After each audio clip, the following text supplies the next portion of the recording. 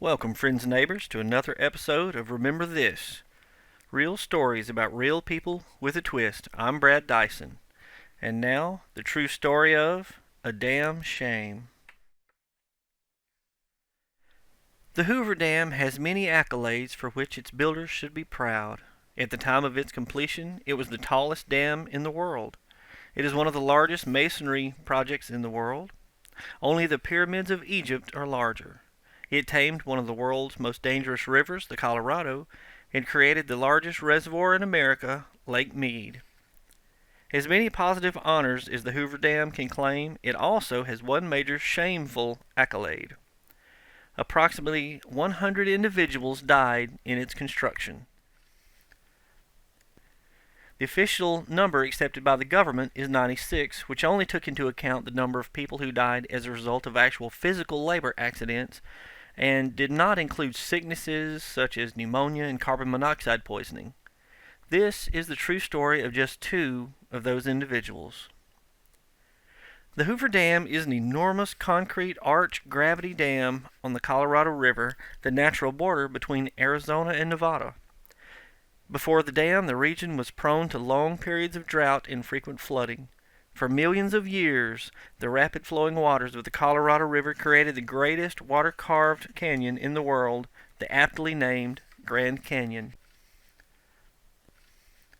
In December 1921, engineer Walker R. Young directed a small team of diamond drillers in preliminary testing to see if the Black Canyon ground could support the proposed dam, which they referred to as the Boulder Canyon Dam.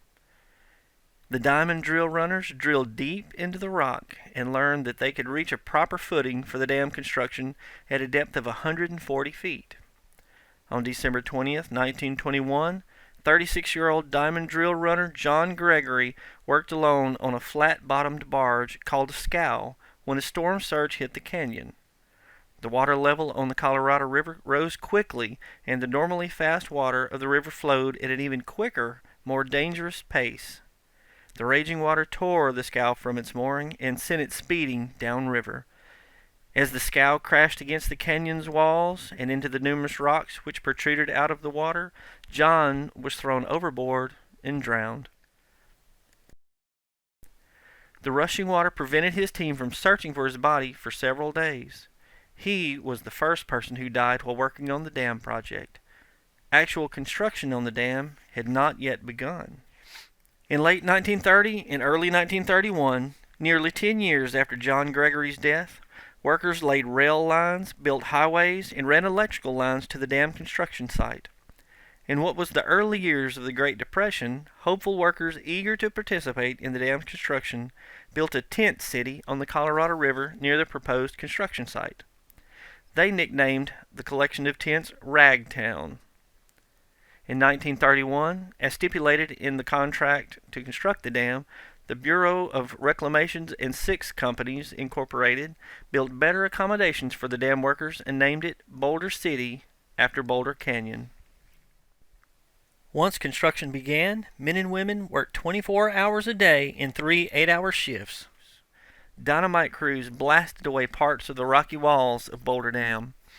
High scalers climbed along the walls of the canyon to dislodge loose rocks which had not fallen during the blasts. Many of the people died as a result of falling from the canyon walls. Almost as soon as workers started pouring concrete for the dam, people spread rumors that several people had died as a result of falling into the freshly poured concrete and would remain there for all eternity. These rumors persist to this day, but they are false because the concrete workers poured the concrete in long and wide but shallow layers of only a few inches deep at a time. On September 30th, 1935, with most of the construction completed, the Reclamation Bureau and Six Companies Incorporated held a formal dedication ceremony at the dam. President Franklin Delano Roosevelt spoke to an estimated 10,000 people in the crowd in an address which made no mention of the former President Herbert Hoover. Angry taxpayers nicknamed the dam project Hoover's Folly due to its high projected cost, but it was officially called Boulder Dam in 1947. On the morning of December 20th, 1935, 25-year-old electrician's helper Pat William fell 320 feet from an intake tower on the Arizona side into the Colorado River. Other workers noticed Pat missing and raised the alarm. Chief Ranger W.H. Trimble heard a rumor that someone had been killed below the intake tower and went to investigate. Chief Trimble went to the water's edge and found a receipt made out to Pat floating in the water.